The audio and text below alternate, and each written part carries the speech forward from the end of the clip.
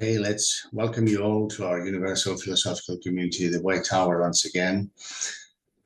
Today, we're going to be talking about Heraclitus on war, excellence, and law, driven by a book which has been recently released by our mentor and master of our community, DIMITRIS TZORTZOPOULOS.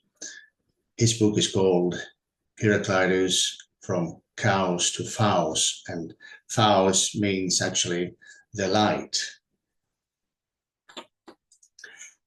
Now this is the Blogspot, Hegel-Platon.Blogspot.com by Dimitris Tzortzopoulos, where you can find hundreds of articles regarding philosophers of the past, but also modern philosophers of all kinds.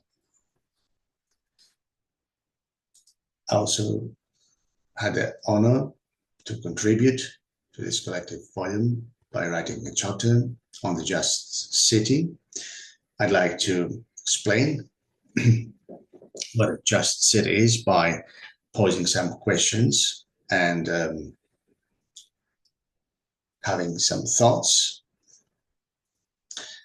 So starting from what does it take to achieve a just city, we would say that the opposites clash and collide under the watchful eyes of eternal justice.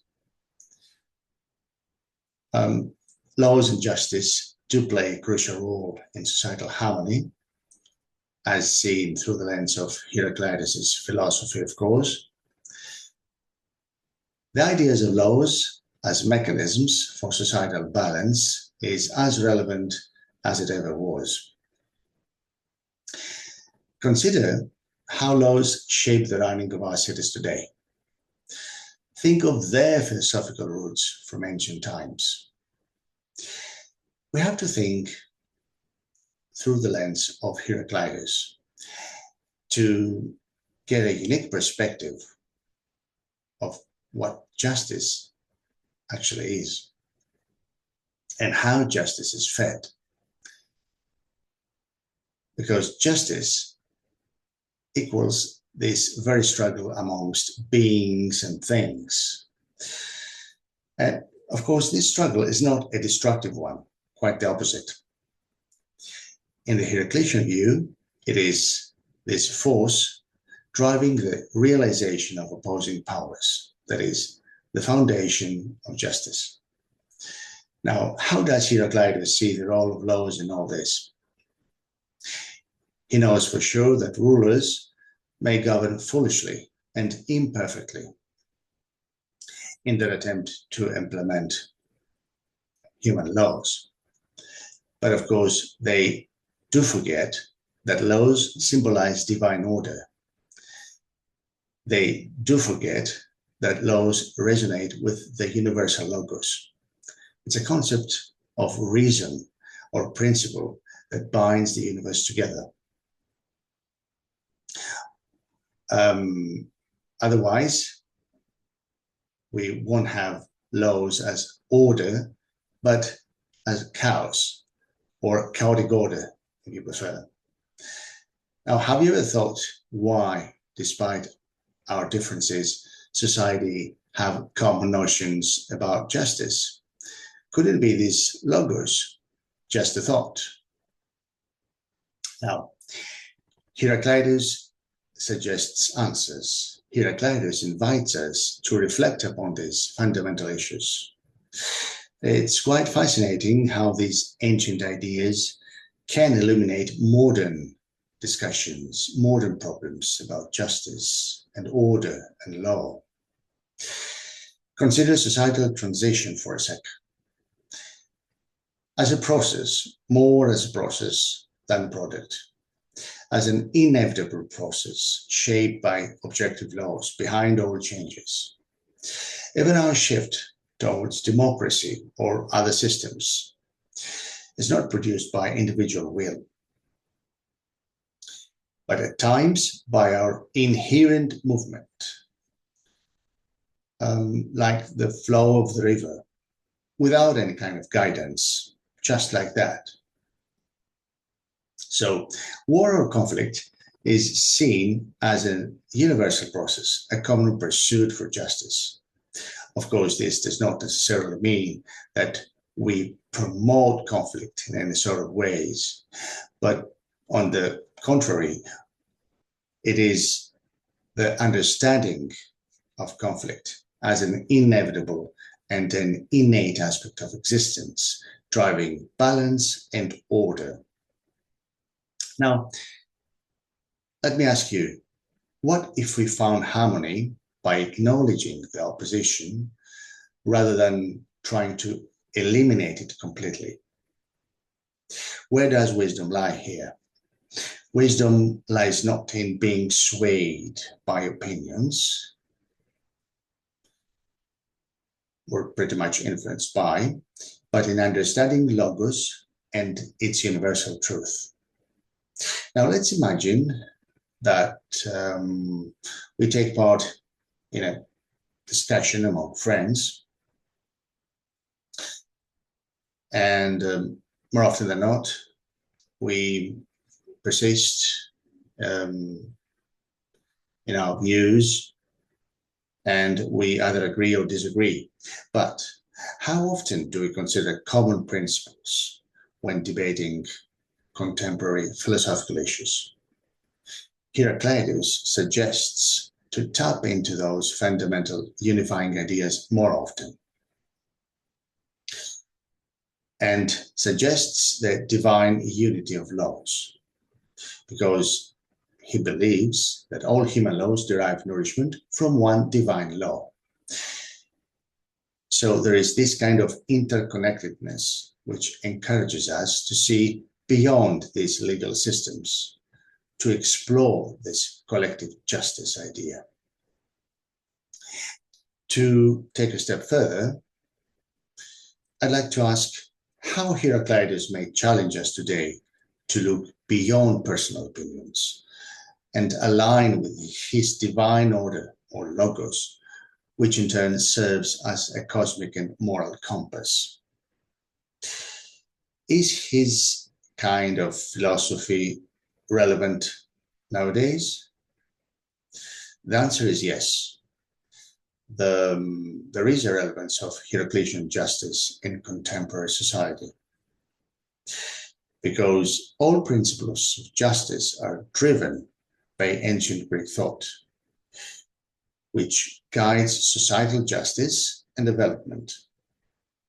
Ancient Greek philosophy is packed with ideas about modern problems and problematic issues. So you have to think about the right course of action, which is timeless, beyond time and space, towards a universal quest for balance. Insofar as you keep exploring your logos amid the absolute chaos, in an attempt to move from chaos to Phaos, as our mentor DIMITRIS TZORTZOPOULOS keeps saying. Nietzsche once said, we leave the graves in peace. We hold fast to the eternally living. So, reading Heraclitus, we understand that there is a constant struggle with each other under the watchful eyes of eternal justice. Now, what feeds this justice? So, justice is fed by this eternal conflict between all beings and things. To help you get a grasp of this conflict, I'd like to mention two distinct figures of Greek mythology, each one carrying very different roles and symbolisms. Iris and Eris. Iris, on the one hand, is the goddess and personification of the rainbow. She is the messenger of gods, Olympian gods. She delivers messages and runs errands for them. She usually plays a peaceful role and represents harmony communication, and connection. On the other hand, Aries is the goddess of strife, discord, contention, miscommunication, and struggle. She personifies conflict and rivalry, especially in war. Aries incites battles and quarrels, and is often portrayed as a dark, disruptive force in mythology, embodying chaos and disharmony. So there is this kind of conflict of opposing forces, which is equivalent to the justice of the city in the manner of reason, on the basis of which one and many constitute a rational, orderly unit, which is one and the same. So Heraclitus emphasizes that it is through this exact conflict of opposing forces that justice is, that justice can exist as a result. So emphasizes the importance of laws for the social and political life of the city. And he knows that rulers may govern, but usually as unwise and in an imperfect and unjust manner. So what has to be done? Laws and justice must take over, must take the position they deserve, must take the position that befits them in the active life of the city, so that all citizens, rulers and ruled, may participate in the activities of the socio-political community, so that some do not live nihilistically, so that people do not live egocentrically, so that people are not alienated in their selfishness, because the selfish people are unwise, in contrast to the wise men who always listen to the word. The essence of the laws equals the essence of the word. So the philosophy of Heraclitus shows us the path of light, according to Heidegger. And this path is a dialectical, productive reasoning. And what are the two constituent elements of the trial, justice, judgment? The reason and law are considered to be the structural components of the trial. So here lies the universality of law in the sense of the divine law, because human legal systems usually deviate from their course, from their right path, from their predestiny. So human laws have their roots in one law, the divine, according to Heraclitus. So is it enough for someone to have common sense to deal with logos? On the one hand, this human logic constitutes only one part of reason, but it's not enough for someone to have a degree of logic to be logical, because human logic, common sense if you like, is finite. So we have to take into account this finiteness of human logic and take a step further and think that you have to participate in reason through the correspondence of words and deeds. That is, your sayings have to be in accordance with the actions that follow. You as a being have to be transformed through different stages in your life. There has to be a transformation of the spiritual, moral, social, and physical existence. based on the power of common thought and the regulation of common reason. So these are some thoughts I'd like to share with you. And let's move on now to the first fragment of Heraclitus that states, war is the father and king of all. Now, every word, every phrase, every saying of Heraclitus sends us SOS for logos. According to Heraclitus, all things are in perpetual flux, and nothing is fixed, nothing is settled or definitive. And why is that? Because things are governed in two ways. First of all, by their internal conflicts within themselves, which are called internal contradictions. And secondly, they have mutual struggles among themselves. There are oppositions, antagonisms, interdependencies. In that sense, war is the father and king of all.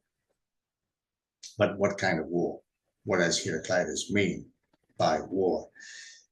Does he mean war in the usual sense, in the literal sense, kind of imperialist, aggressive war, or is it something deeper? We have to think beyond individual subjective opinions. Opinions told by various ignorant people that seem to be well learned. We have to bear in mind beings coexist with their becomings. So, on the one hand, being rests on a stable essence, and on the other hand, beings are also exposed to variability. They're vulnerable beings. So a being can exist only as an internal overturn of the self into becoming.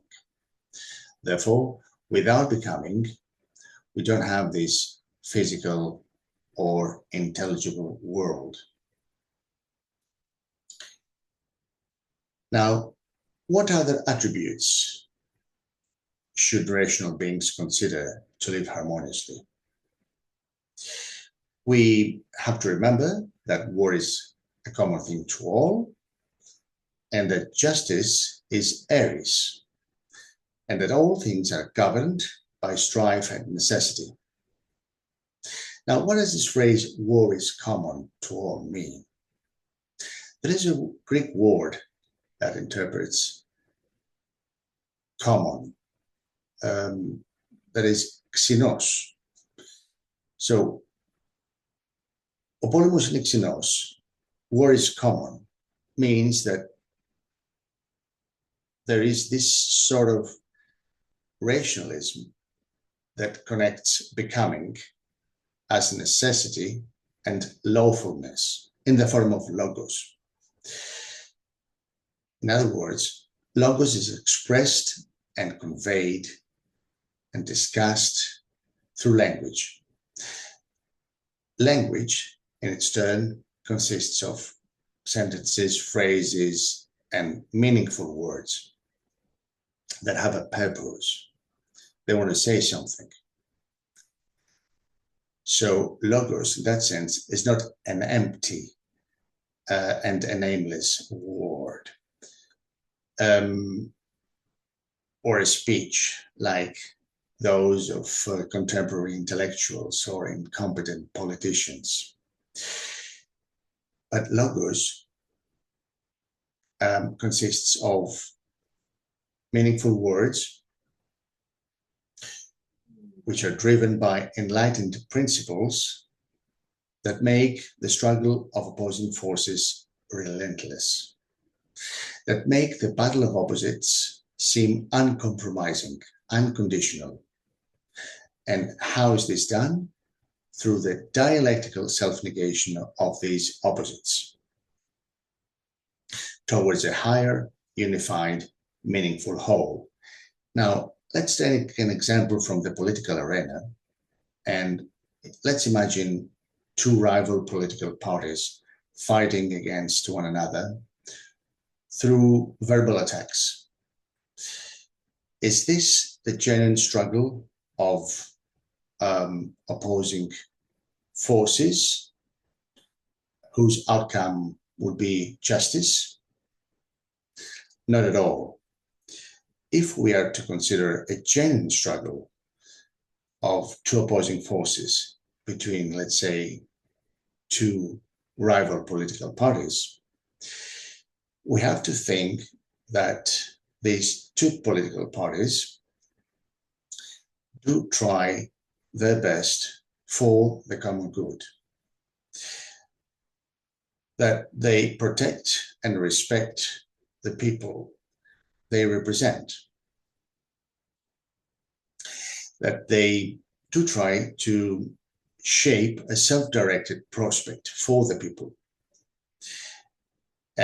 insofar as they cease to serve their individualistic interests, and that it's high time they listened to the common logos and converse with it. So if they do this, they reach a common ground. Now, the second fragment I'd like to discuss is the one which states that for me, one is equivalent to thousands if he's excellent. Now, the excellence here has nothing to do with aristocracy of democracy. So the excellent people are not aristocrats or democrats, but they are those people who are spiritually excellent and are elevated to the public realm. In this spirit, the statement, the fragment, for me, one is equivalent to thousands if he's excellent, means that the excellent people, the spiritually elevated people to the public realm, are those who prefer the lasting fame over the fleeting glory. But by what kind of criterion does Heraclitus consider the one superior to the many? By the criterion that the knowledge of the one is a law that the many have to follow. And why is that? Because according to Heraclitus, the masses are in opposition to the logos. They do not converse with it because they move in the realm of their private individual. While the one is wise. Why? Because he follows the common logos. He is the origin of all things, as he transforms thought into a set of concepts and meanings through language. So if you remember the schema I've just mentioned, there is logos expressed through language, through meaningful words based on reason. So here the words are used as symbols and are the best ambassadors of this dialectical coexistence of the individual and the world, because the individual is not all alone in this world. He coexists both with himself and with this world. And it is within this dialectical coexistence that the words are used as symbols here. And as such, they form the content of logos. And logos means the common universal law, that is the law of the one, which in turn leads to this dialectical unity of these socio-political oppositions. It links common interests, those of the citizens, and in that sense, it makes the realized past and present a historical reality. So we can never forget what has happened in the past. And based on the past, we can pretty much discuss any kind of problematic situation that comes in our way in the present time, and thus build a better tomorrow. Of course, leaving behind any kind of mythological basis of the masses. Going beyond the myth, in other words. And last but not least, there is another fragment we'd like to discuss, the one that states that the people should fight for their law as for their city war. Now, the philosophy of Heraclitus here, part of which is also that of the laws of trial, shows us the path of light. Now, what are the two constituent elements of the trial, or of the trilogy, trial, judgment, and justice? These are the logos and the law. This here lies the universality of the law under, of course, the overarching principle of divinity, of the divine law. Because, as we've said, human laws often deviate from their predestination. So according to Heraclitus, human laws have their roots in one law of the divine. Heraclitus says, to speak wisely, we must rely on the common reason that governs all things, just as the city does with law, and even more powerfully. For all human laws are nourished by the one, the divine. So laws, in a sense, have a purpose, and their purpose is to explain the relationship between men and the world. So for human beings to understand logos, they have to partake in it through the correspondence of their words and deeds, through the shaping and reshaping of their spiritual, moral, social, and physical being, as we've stated before. And of course, there's always this interplay between the individual and the community. Man, insofar as he follows logos, is aware of this struggle, of this conflict. So man has to perceive this inner necessity within this community, wanting and always waiting to fight for the law as for the city war. So that was it. Thank you very much for listening to our interpretation and research. Always based on the book which has recently been released by Dimitris Tzortzopoulos, our mentor. His book called Heraclitus, From Chaos to Phaos. So thank you very much for listening to our lecture. We are waiting for your own comments below the video. Feel free to write your own thoughts.